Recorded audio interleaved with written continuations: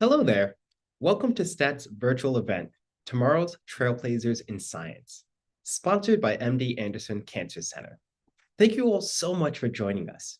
I'm Nicholas St. Fleur, a science reporter, associate editorial director of events, and host of the health equity podcast, Color Code, here at STAT. And I'm sure you all know how Zoom works by now, but before we get started, a few quick housekeeping items. At the bottom of your screen, you should see several icons. Use the chat feature to chat amongst yourselves or to send a message directly to the STAT team. Please do not put your questions for us in the chat. But if you do have questions, and we hope you have a bunch of them, please use the Q&A feature to type your question and we'll be sure to ask it and try to answer it live. In the Q&A window, you should also be able to see the questions that other attendees have asked and upvote the questions you would most like to see answered. We'll be taking questions throughout the chat, so please don't wait until the end to submit. This is part of what makes our STAT events so fun and engaging. We want to hear from you.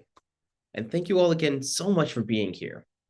Now, before we get started, I'd like to welcome Lauren Everett-Byers, Professor of Thoracic/Head and Neck Medical Oncology at MD Anderson Cancer Center, and Koichi Takahashi, Associate Professor of Leukemia at MD Anderson Cancer Center, for a sponsored introduction of today's event. Take it away. Thanks, Nick. Well, it's so great to be here with all of you and really to have the chance to tell you a little bit about what we do, but also to really celebrate all the wonderkins who are being recognized today for the hard work and progress that they've made as well. So I'm Lauren Byers. I'm a thoracic medical oncologist and the thoracic section chief at MD Anderson Cancer Center. And I'm a physician scientist, so I run a research lab where we focus on developing personalized treatments for patients with lung cancer and then getting those into the clinic as quickly as possible. I'm Koichi Takahashi. I'm an associate professor at the Department of Leukemia. I'm also a physician scientist specializing in leukemia genomics and clonal hematopoiesis research. Thank you.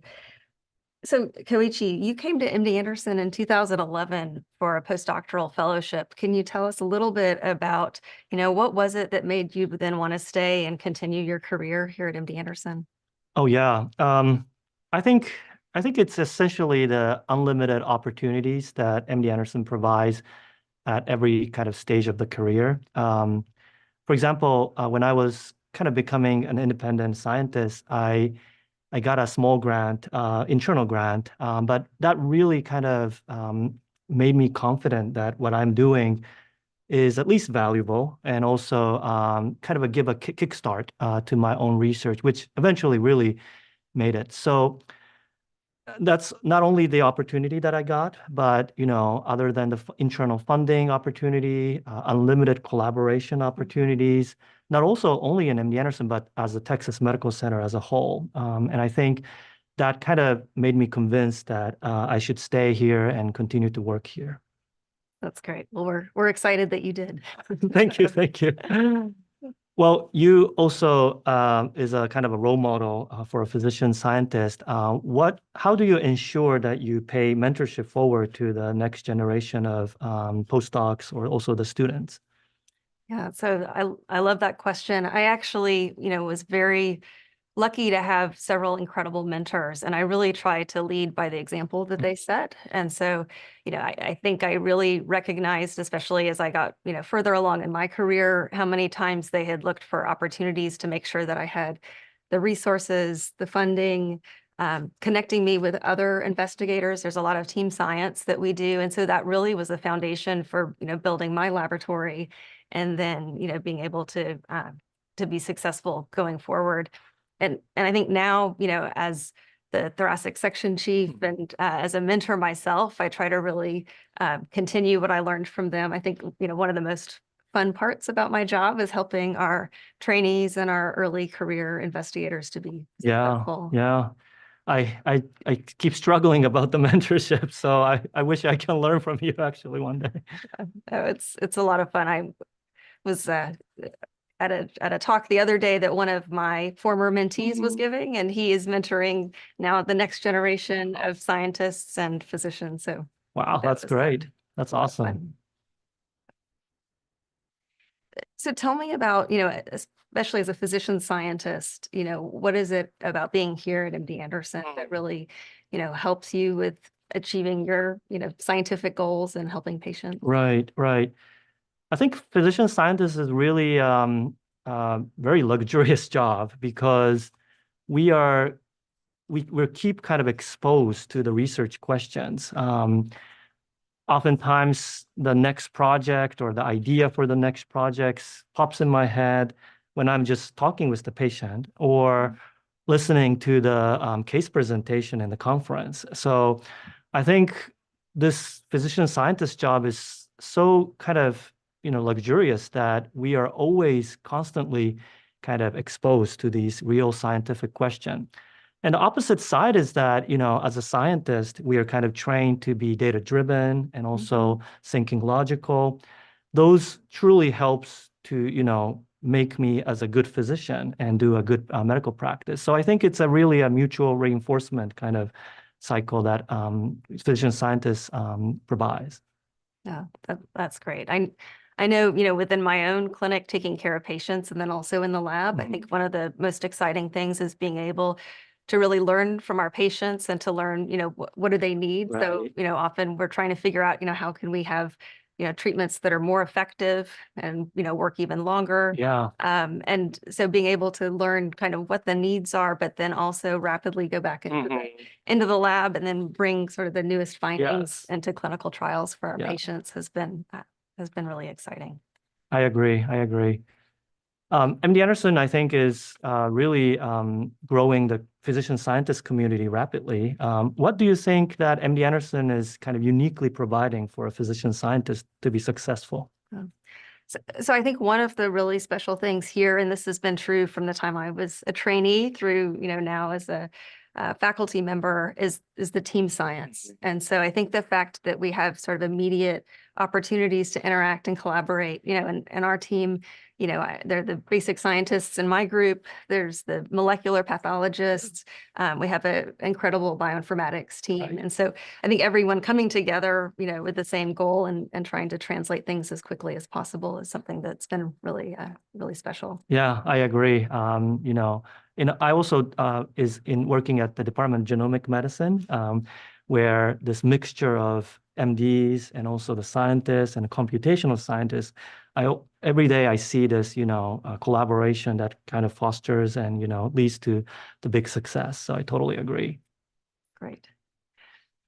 So as you were saying, I think that, we're very excited about the next generation of scientists and investigators and, with all of the, the kind of rapid progress also in new technologies to be able to study cancer is really accelerating what I think the next generation of investigators are going to be able to accomplish. I agree. I agree. Well, I think we would like to really congratulate the Stat Wonder kids, and I hope one of you will also have an opportunity to work at MD Anderson. Yeah, congratulations again to all of you and for your hard work. It's really exciting to see, and the future is clearly very bright with all of you. Hey, thanks so much, Lauren and Koichi, for the introduction. Now here to join me for today's discussion, please welcome Nicole Guardelli, entrepreneur in residence at GV, formerly Google Ventures, and part of the Wonderkind class of 2018. Kelly Hirado, Presidential Assistant Professor of Microbiology at the University of Pennsylvania, Wonderkind class of 2018. Siddhartha Roy, Assistant Professor at Rutgers University, part of the Wonderkind class of 2021, and Bianca Jones-Marlin, the Herbert and Florence Irving Assistant Professor of Cell Research at Columbia University's Zuckerman Mind-Brain Behavior Institute, and part of the Wonderkind class of 2017. It's wonderful to have you all here. Thanks so much for joining us. And then just as a reminder to everyone tuning in the audience, we love to hear your questions. So if you have any questions for the panelists here, feel free to write them in the Q&A, and I'll try my best to get them asked. Don't wait until the end. If you have a burning question you want to ask, even right now, feel free to put it in. So to start us off, I'd love if each of you can kind of give us a little intro about who you are and also, where were you at that moment? In some cases, 5 years ago, in some cases 3, some cases a little longer, when you were first named a Stat Wonderkind. And you know what? I'll start off actually with you, Nicole. Where were you Oh, when you were named a Stat Wonderkind, and who are you? yeah, that's a big question. Who am I? Who are you, Nicole? Yeah, I don't know. It's like really deep philosophical inner self type of question. So I guess I'll start with 2018, the Wonderkin recognition. Yeah, I was just out of my postdoctoral fellowship. So I worked in the laboratory of David Liu at Harvard, and then he moved to the Broad. And funnily, I don't I'm kind of embarrassed to say this. When I first received the email, I thought it was a scam because I'd never actually heard of STAT before because I'd been living in this academic world. And when I presented it to my advisor, I was just like, what is this? He's like, you should respond to that. And now that I've been fully entrenched in this sort of biotech ecosystem, I am fully aware of who STAT this is. was pre-pandemic. The pandemic really put us on the map there. Yeah. It was also pre my exposure to anything outside of academia. And I guess, a short history of myself. I grew up in Rochester, New York. I went to Boston College, focused on biochemistry and antibiotics. Went to Johns Hopkins, where I received my PhD in chemistry. I continued to work on natural product, mechanistic enzymology, and a focus on antibiotics. And then I went to David Liu's lab to work on evolution and antibiotics again, sort of got distracted by gene editing. And I've been distracted ever since. I wound up creating the first adenine base editor. So I'm in the CRISPR field now. I do gene editing. I transitioned to Beam Therapeutics right after my postdoctoral fellowship, which was a diversion from what I expected to do with my career. I had planned on becoming a professor of chemistry and sort of staying in that academic institution and community, but decided that, I got into science because I really wanted to make medicines. I really wanted to help people. And I was in a position where I created a technology that really could actually go to the bedside, and I wanted to see that through. I felt a sense of purpose in doing that. So I went to Beam, and I was there for 6 years. I worked on the platform. I developed the technology to the point where now there's clinical trials being done with that, and enabled many of the programs that are going on in the field. And I decided to try to do that all again, and I became an EIR at Google Ventures 2 months ago. Wonderful. Congrats on the transition over there. And we'll be sure to ask you more about the adenine base editor and all of that good stuff as well. So next, I'll toss it over to one of the several professors we do have on call here. Kelly, tell us a bit about yourself and tell us kind of where were you back in 2018 in your career when you were named a Stat Wonderkind? Yeah, definitely. So in 2018, I was still a postdoctoral fellow in Kiko Iwasaki's lab at Yale in the Department of Immunobiology. And, at that moment, I was just so in depth in my research that didn't realize the outside world existed. And I think when I got that email, I was just like, wait, what? Me? What? Why am I being recognized? I don't know. Honestly, just to be completely frank, that's kind of how I felt. But I think it was such an honor, and I'm so grateful for the opportunity to be a Stat Wonderkin. And then I guess who I am. So I'm originally from New Mexico, and I went to New Mexico State University for my undergraduate degree. And I majored in actually a bunch of things because I love to learn. And I think that's one really incredible thing about being in academia is that we constantly get to learn, or in science in general, right? Like we're always learning. And then I pursued virology at Harvard for my graduate studies. And so I was really trained as a virologist, but you can't really know host without pathogen. It really is an intimate dance. And so I went to Akiko's lab to learn more immunology to understand how the host responds to a pathogen infection.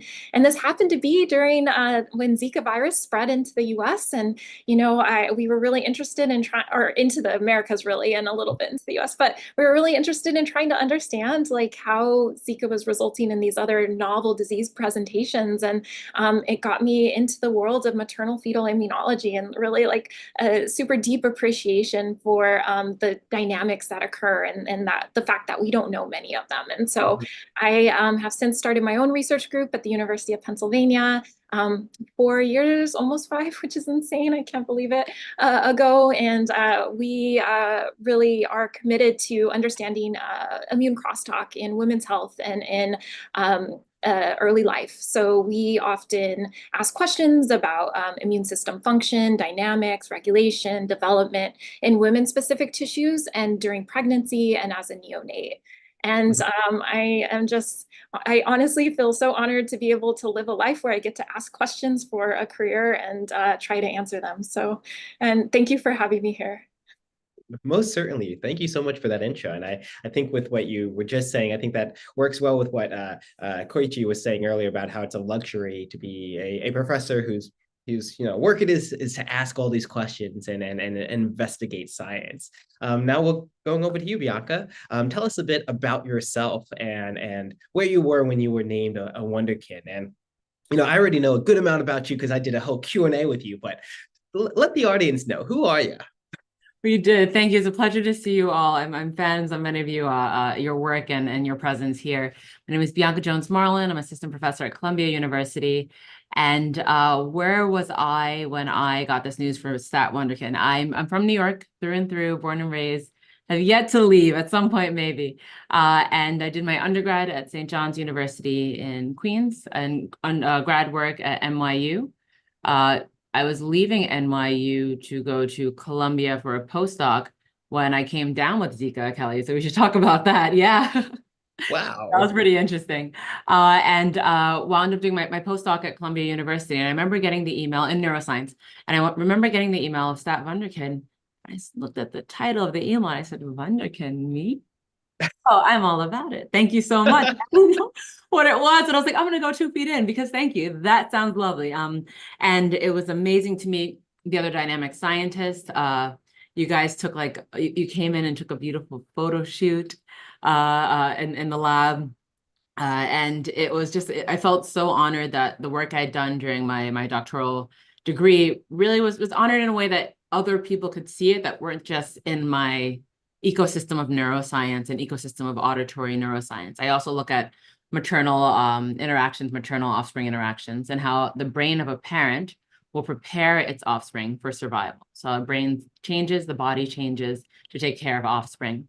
And so I continued on in studying that. And I'm now a professor at Columbia, where I look at how the brain changes and the body changes in response to stress. So it provides success for offspring of future generations. So it's called transgenerational epigenetic inheritance, how memory of an ancestor can live on in you.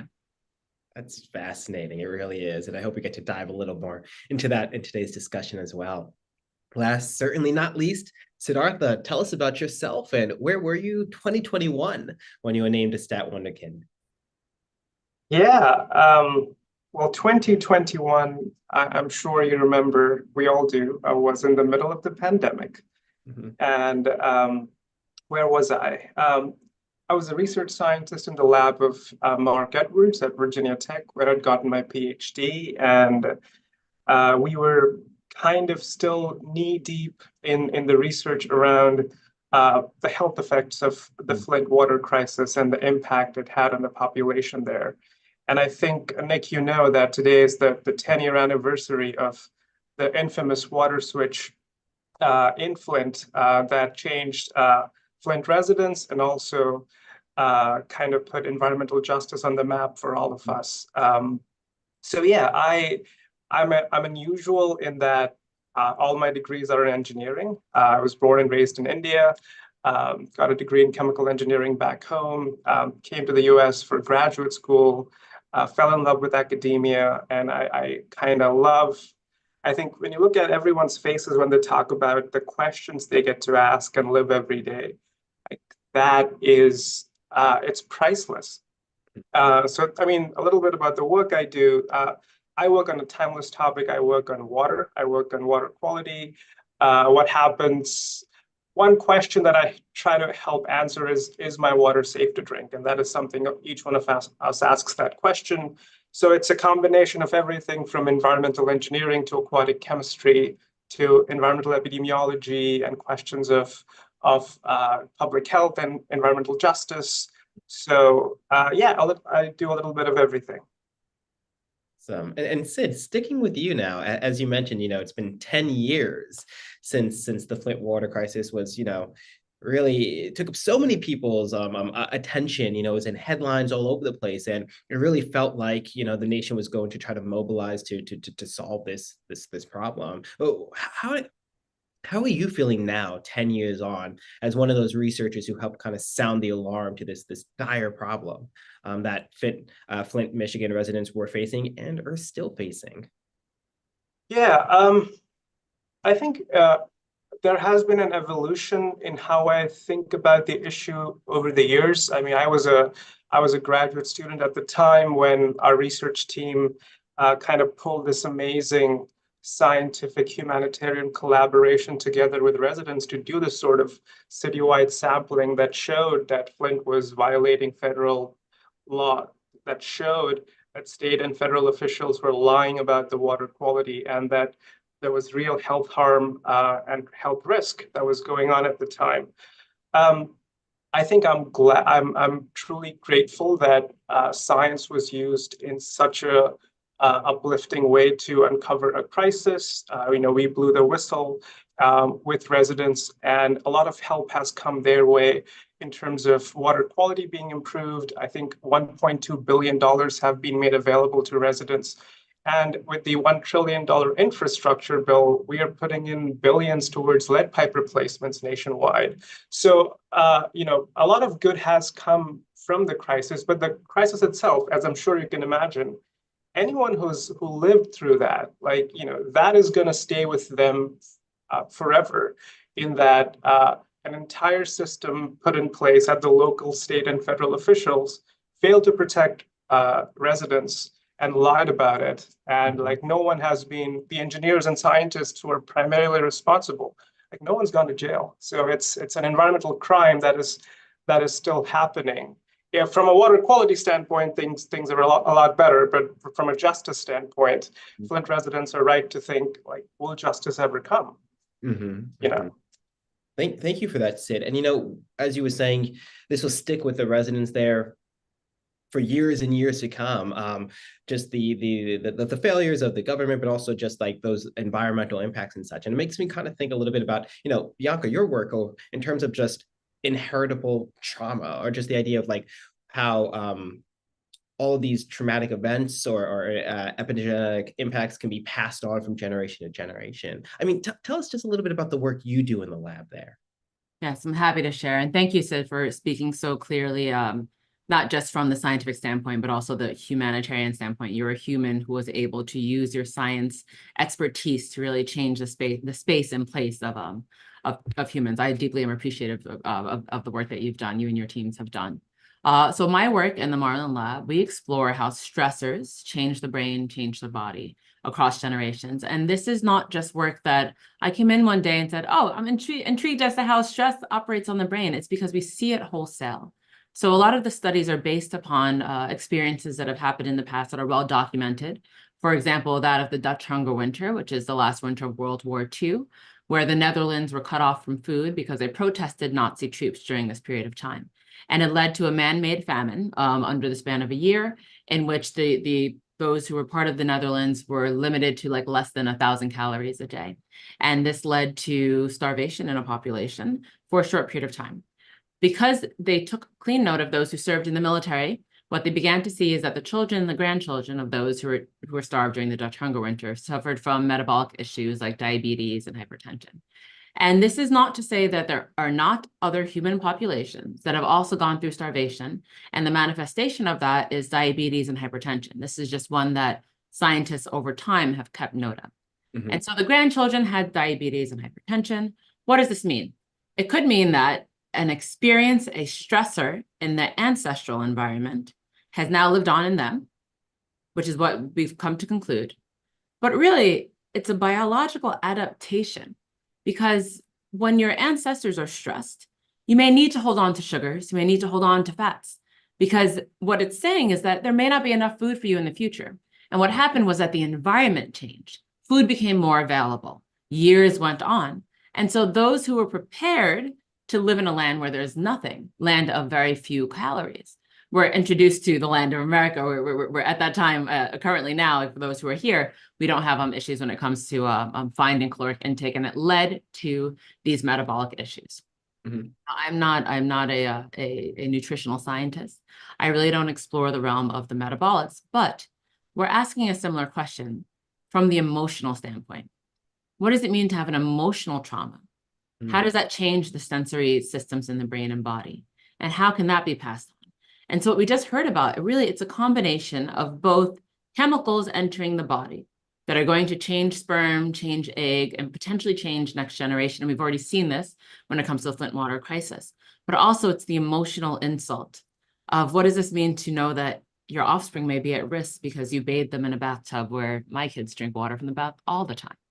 Or you were doing exactly what you should do, which is trusting your environment in the United States and drinking the water from here. What does it mean to have that insult paired with that emotion in that period of time, and how that passed on? So we are looking at sensory systems, smell, taste, and sound, plus a stressor, and how that changes the brain and body. But I really find that it implements in a lot of the studies that we have represented in the panel today. Thank you. Thank you so much, Bianca. And that leads me to also ask Kelly a little bit more about the work you're doing right now, and your research into the immune system and the developing fetus and human as well. Yeah, for sure. So we're really interested in understanding how the immune system develops and how perturbations early on might influence immune dynamics later in life. So if you can imagine that this might be the most prime time to optimize, adaptation to what you might encounter later. And so the idea that if you experience an inflammatory episode in utero or through mother, then maybe it could potentially influence how your immune system will the basal levels of how it will respond later in life. And so that's one kind of question that we're interested in kind of tackling, but we're also really interested on the maternal side. So I think the immune dynamics that happen in the mother throughout gestation, but also after birth, right? Like this is a very unclear moment where, I think it's pretty well defined in the context of during gestation, but right after birth, maternal physiology is still very dynamic and still promoting, differential biology to support the newborn. And so what is happening in the mother, and how are they responding to infections? Does immunity go back to baseline? Does it not? Does it? I don't know. So it's like a very unknown. And so I think we're really interested in asking those different types of questions, and really areas that kind of have been a little bit overlooked in given attention. And so yeah. That's awesome. It really is. And what are some other areas in your expertise, like your field of expertise, that you're particularly excited about, or that that you have your eyes on, that you're really looking and you're following the development of? Yeah, I mean, I guess the idea that fetal immunity is I think that's been thought for a long time that it was non-existent, that it just didn't, there was nothing happening during this time period. But it's actually that it's just so different from adults that we don't necessarily understand it. And so I think, there's a lot more evidence arising that immune cells are really important just in physiological processes, like everyday functioning of our tissues. And so trying to understand that connection for how the immune system is utilized by just normal physiological function, and then specifically in early life, how it might be important for the development of different tissue systems. And so it's kind of like, I don't know, that's one more like budding area that my group is pretty interested in trying to understand, because we just don't understand the immune cells that are in the fetus right now. And so we kind of just have to define them in a homeostatic manner, and then later after we perturbate, then understand how they're changing. That's awesome. That's awesome. Thank you, Kelly. And now going to you, Nicole. As you had said in your intro, you invented the first adenine base editor. Give us, for those of us who may not be super steeped in gene editing tools and all of that, tell us a little bit, what does that mean, and why is that so important? Why is that so cool to you? Sure. I just want to say that these co-panelists here, I'm like fascinated by everybody. I'm sitting here like forgetting that I'm like actually here to be interviewed and part of this. Like I'm watching some like Netflix documentary. So when you called my name, I was like, oh yeah, hi. We bring together so the greatest minds into our Wonderkin classes, yourself included, of course. So tell us that's very kind. Yeah, so I'm sure many people are familiar with the term CRISPR. You're probably tired of hearing about it, or at least I am. Not this audience. Yeah, so it's just technologies that have been developed over the past 10 plus years now that started with, the initial discovery from Doudna and Charpentier and many others. But basically, the tool that I created is a way to programmably go into your genome and correct single letter misspelling. So it turns out that a lot of genetic diseases are caused by a one letter misspelling. One of the most well-known cases is sickle cell disease. So this is a monogenetic disease. There's a single nucleotide change that's different from the vast majority of everybody else. And that unfortunately causes sickling of your red blood cells and, a terrible disease. But if there was a way to just change that back, sort of take a pencil and eraser and change that A back into a T in the case of sickle, or figure out another mechanism to ameliorate disease genetically, you don't really have the disease anymore, because that's what is defining, the reason that you have the disease. So this tool that I make can, at a single nucleotide level, basically be that pencil and eraser. It can go in and erase that nucleotide and rewrite in the one that you want and functionally cure many diseases for which there's a single letter misspelling. So that sounds pretty sci-fi, but that's really what it's aiming to do, and I think is looking like it's successful in doing in a subset of diseases for which it can address. Awesome.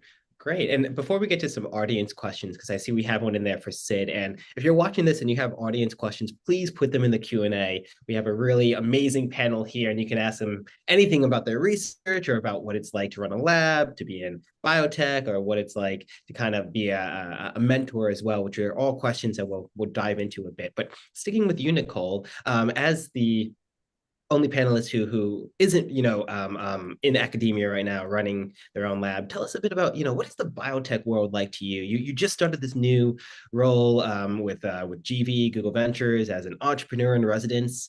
Well, what's that been like? How are things going so far? I know it's only been a couple of months, but what are you up to over there?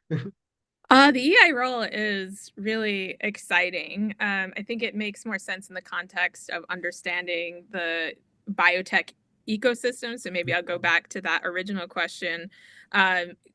Being in biotech is really exciting. And I don't feel that I've given up in any way on the ability to ask questions, write research papers, go to conferences, present, engage with others, collaborate. I think what's compelling for me when you're in more of a biotech translational side, if we're talking about making medicines versus academia, is you're asking very focused questions with the end goal of creating a therapy for patients. Like the bar is higher in a way than writing a paper, because you need to go into man and be safe and efficacious. And there's a whole universe of questions in scientific development that is focused just on the aspects of making sure a medicine is efficacious and safe.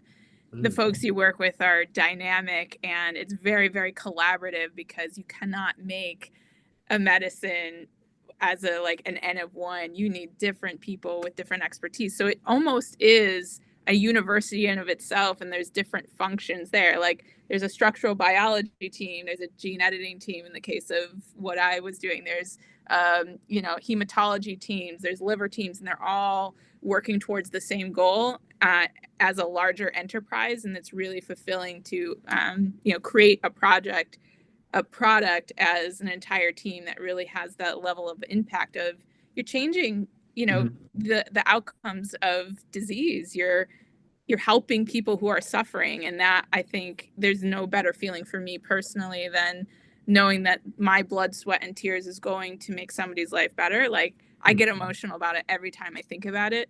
And then on like the sort of academic aspect, I haven't had to sacrifice anything. I continue to write research papers and give talks and do things like this. So I feel just as integrated, maybe even more so in some ways, in the broader community. And I love that.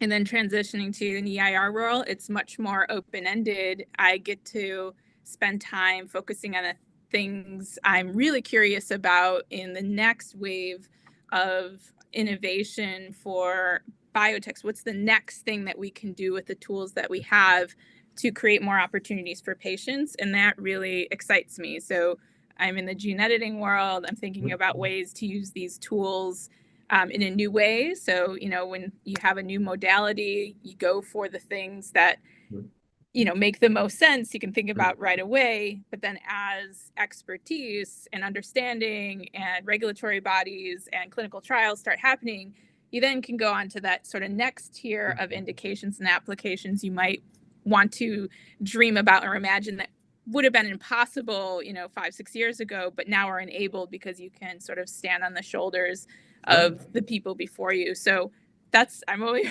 too much, but that's sort of where I get to spend my time being curious and understanding where we can go with these really powerful tools that really are changing human health and medicine in really exciting ways.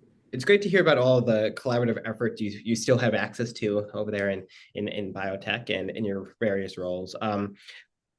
So I definitely want to ask Kelly and Bianca a little bit about running their own labs. But before we get into that, I want to ask Sid, we have a question here from the audience from Sandra Chiafreda, who asks, I heard a quote this morning from a Flint resident that she refuses to drink or cook with Flint water, despite the fact that the water quality is currently within acceptable federal limits.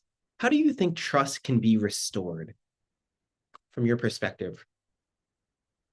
It's the question. It is the question that does not have a good answer. I think honestly,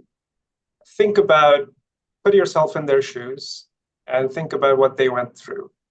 The cover-up was, you know, you had a betrayal, then you had a cover-up, which makes you not trust anything anymore. And what we've tried to do over the years is a lot of citizen science collaborations where it was a citizen science collaboration that uncovered the crisis with resident sampling, and subsequent sampling done by them showed improving water quality. So that is one way that when residents collect their own data, that builds trust. You also have a trust vacuum that is worsened by outside actors coming in and making things worse. So after President Obama declared a state of a federal emergency, with all these outside actors coming in, like the actor Mark Ruffalo with his nonprofit and others spreading misinformation, making things way worse for recovery. So a lot of things have gone wrong since then that have made the path back to trust all the more difficult. I don't think I can tell this resident to, you know, start using their water. All I can tell them is that the same test that showed the water was contaminated, now over time with the lead pipe replacements, with better technology, with better treatment, they are now meeting all the best standards we have available. And you know, try it out, see if that changes anything for you. If it doesn't, that is fine. But I don't think I'm in my right to dictate, but all I can do is inform and try to be trustable with all the information that I have, and then I leave the decision making to that resident.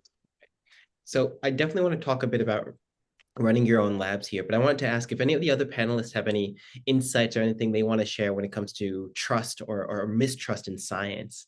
if any of you, run into those in your academic spaces or when you're communicating your science to the public.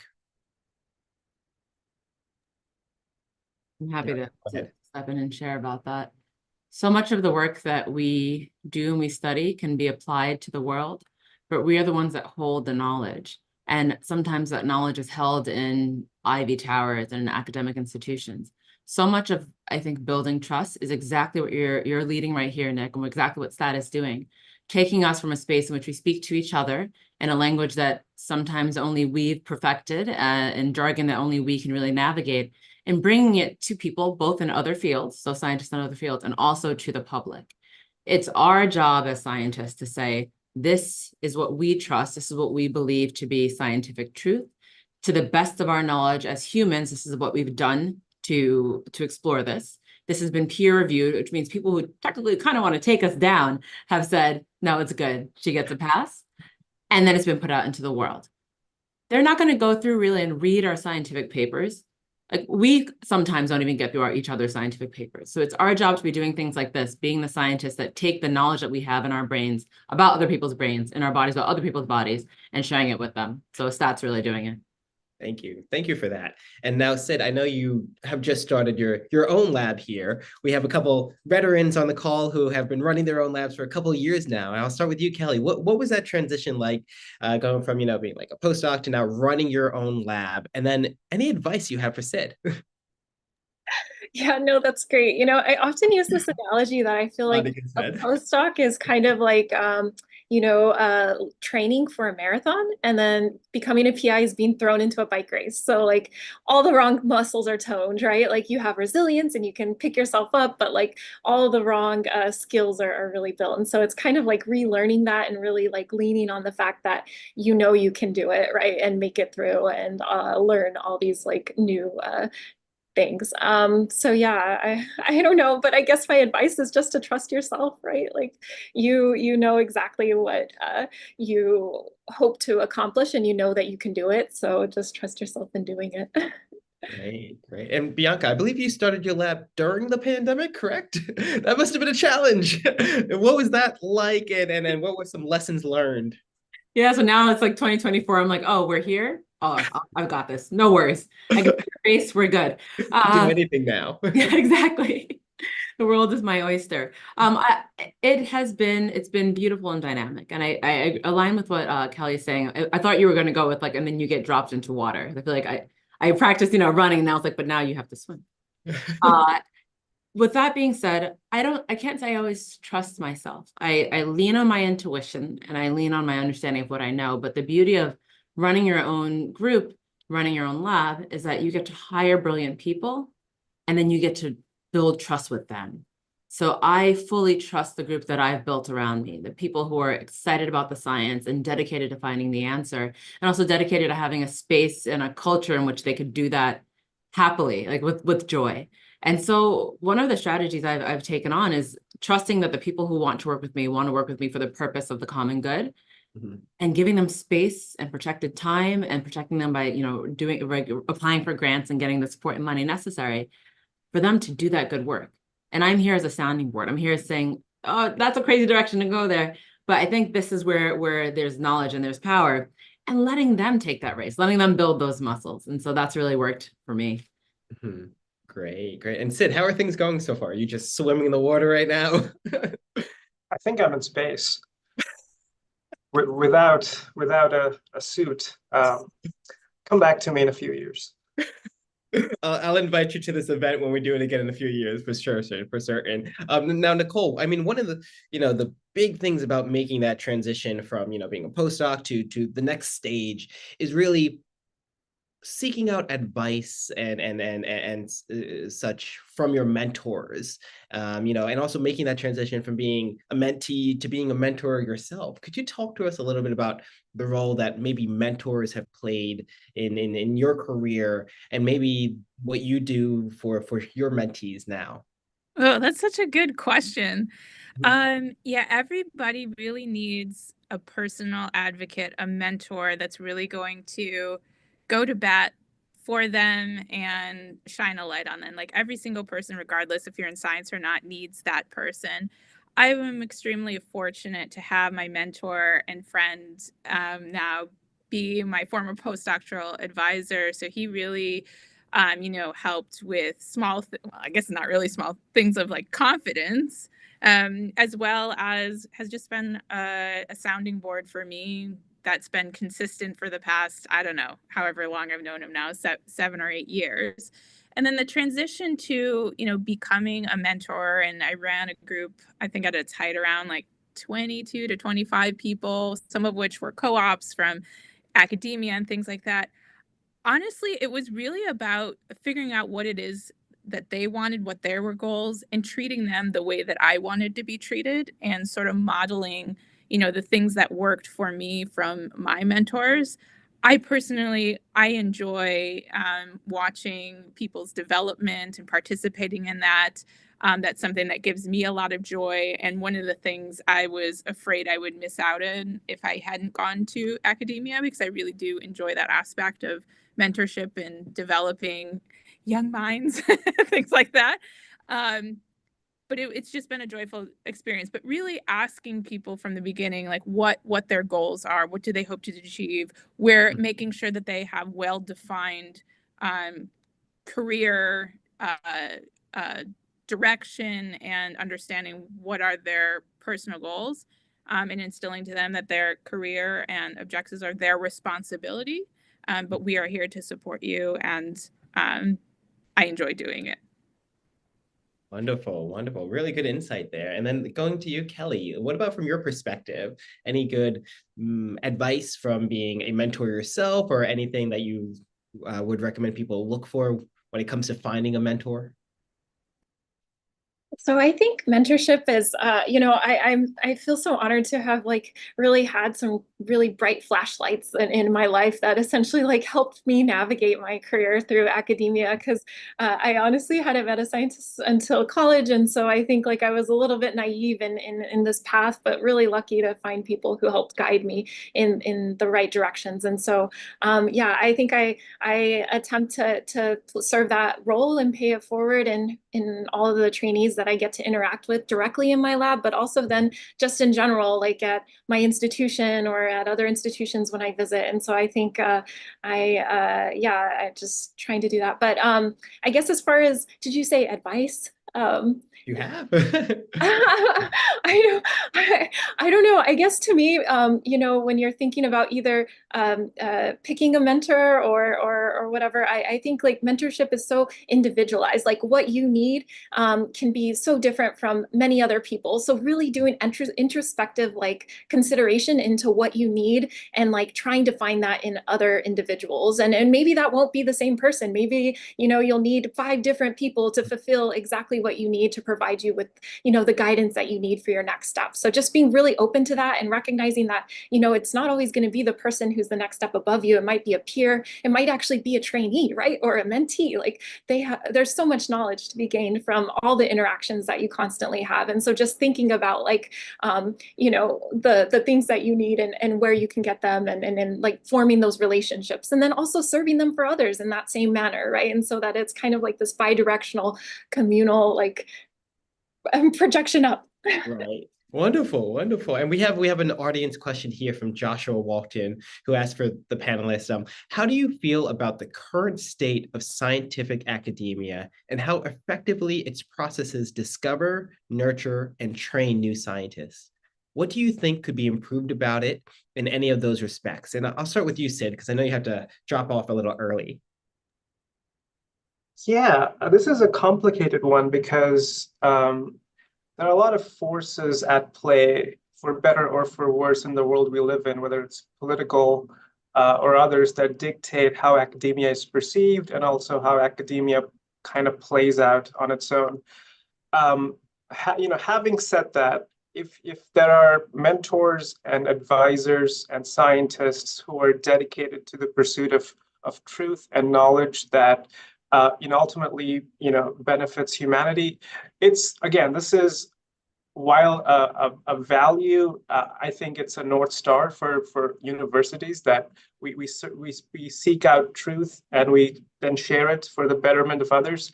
The more we stick to that, the more we value viewpoint diversity and collectively struggling to find what's the right answer, and having students see that messy process, I think we'll be better off. So, just sticking to the North Star of what universities and science are for.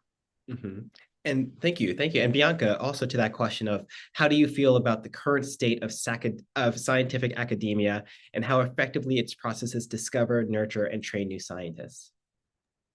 I think when we speak about academia, we're really speaking about ourselves. It's not as if we're part of a system in which we have no control over how it's run. I am part of an institution. I have funding from other institutions, but I still get to run my lab and mentor my lab.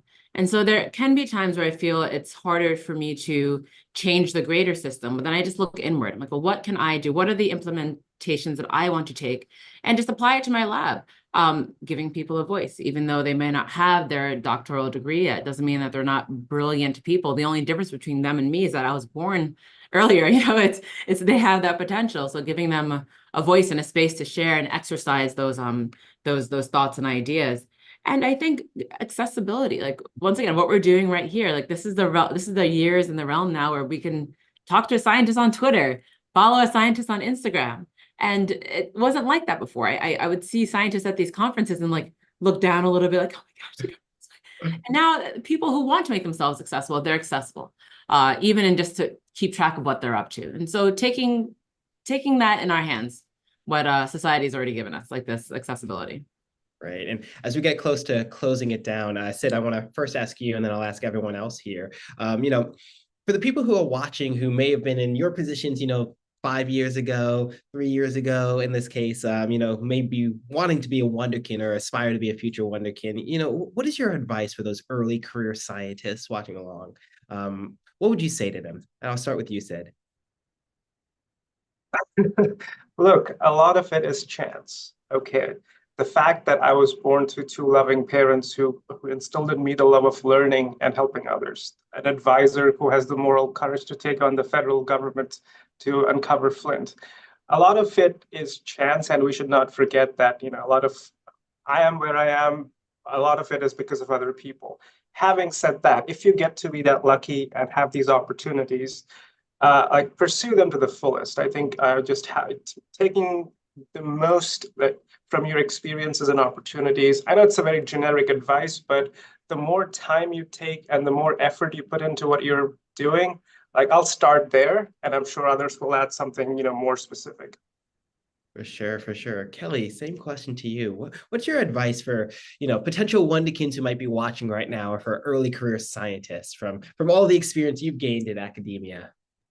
Yeah, so, I think academia can be really rough sometimes. And so I think for me, it's so much juggling of so many different responsibilities. There's no clear boundaries. You really have to set them for yourself. And so for me, it's really about finding peace in the chaos and some joy in the journey, right? Like quit thinking about the end as being the goal. Think about the goal as being the actual process. And so I think that has been really beneficial for me. Great. And Nicole, what about yourself? What is your advice for people who are in that cusp, especially as, our biotech representative here, people who might be weighing between going to academia or pursuing biotech? I think you really just got to follow your passions. Like, what are you interested in, and dig deep into that. Don't go to something because you think that's what, somebody else thinks you should be doing, or what you think you should be doing for, whatever reasons that aren't really in line with where your interests are and what your passions are. I'd also say to maintain some grit. It's really difficult to do impactful things that really change the needle, to go against a government, to understand how trauma in the past has led to epigenomic changes now and things like that, and thinking differently. Those types of impactful changes don't come because for a week you think it's a good idea and you do a bunch of experiments and then you find out, oh, there's nothing really there. you really got to dig in for a long time. And sometimes even when people are telling you it's not going to work. And I think those are the times in which you know that what you're working on really will matter, because there's this resistance. And I think I've found it's sometimes people just lack the courage to do something bold and different, and invest that time at a risk, because, you know, maybe, but a lot of times if you maintain that grit and your passion, you get to those impactful ends. At least that's what I've empirically observed. And in your experience, like what keeps you driven? What keeps giving you that passion and that grit and that courage to continue? I think always focusing on the questions, the challenges that interest and excite me, because if I'm just doing something just to do it, I just can't maintain motivation. But if I'm like, man, if only I could make something that could programmably change a nucleotide, we could cure sickle cell disease. Like, that's just really, like, it gives me goosebumps. And yeah, that's really effing hard to do. And there's like nothing in this world that says that's possible. In fact, most of the things in this world says it's impossible because there's no enzyme that exists. But it's sort of that hope of like the future I want to see instead of accepting what is that drives me forward. Wonderful, wonderful. Thank you. And then to kind of close us out here, Bianca, tell us, what is your advice for potential future wonderkins who might be watching here, or are early in their career and are struggling, or maybe just not sure what to do next? What's your advice for those early career scientists? Thank you, Nick. I have to collect myself. I'm so moved by my co-panelists' responses, specifically Nicole. What you just said spoke to my heart, and I co-sign 100%. And so, for real, I really feel like that. And so I think in the same vein, the only difference between us being nominated as Stat Wunderkind and us not being labeled as Stat Wunderkind was absolutely nothing. We continued to do what we were doing, and other people began to see, like, this is something that's big. I want to honor the work that they're doing. And so my advice is continue doing you. Find that interest, find that passion, and continue to work towards that, because good science will go noticed. It does not go unnoticed. You continue to along that path, and those things will come. And you are going to find walls that you're going to hit, because we're in the process. Like, our whole job is to discover stuff other people haven't discovered before. I think sometimes we have to give ourselves that credit. Like, of course, this is a hard job, but we're the ones doing it. And so as long as you continue on that path, what I've seen work out for myself and the people on the panel right now is that you continue doing the good work, and the good work will get done. And that's when it gets noticed. And what do you feel gives you that strength and that grit and that power to continue, doing you, Bianca? What keeps you to keep doing what you're doing? Truly, my co-panelist said, I find it so important to understand, what does it mean for me to be an individual in the society and have the ability to change the offspring of another person's offspring because of the way I treat them? What does it mean for me to be this person who I am in this state and time and place, and have something like this be on my shoulders, but also in my heart? It blows my mind. This is the stuff that keeps me awake at night. What does it mean to be human in this world? And how do I get to know the intricacies of that? That's going to keep me on fire for science from now until I'm not. Wonderful, wonderful. Well, thank you all so much for your time. And with that last thought, we're out of time. Thanks again to Nicole, to Kelly, to Sid Arthur, and to you, Bianca, for joining me today and for answering some really great questions from the audience here. Thanks to our event sponsor, MD Anderson Cancer Center, and to all of you out there for taking the time to join us. STAT's upcoming Breakthrough Summit West will be taking place May 16th in San Francisco and virtually. STAT will gather together industry leaders to chat about medicine's future and medicine's present and more. So for more information, you can go to our website. Again, thank you all so much for joining us. Thank you for your interest in the Wunderkind program. And I know we're all virtual here, but a virtual round of applause for our wonderful panelists here. Thank you all so much for joining us, and best of luck to you all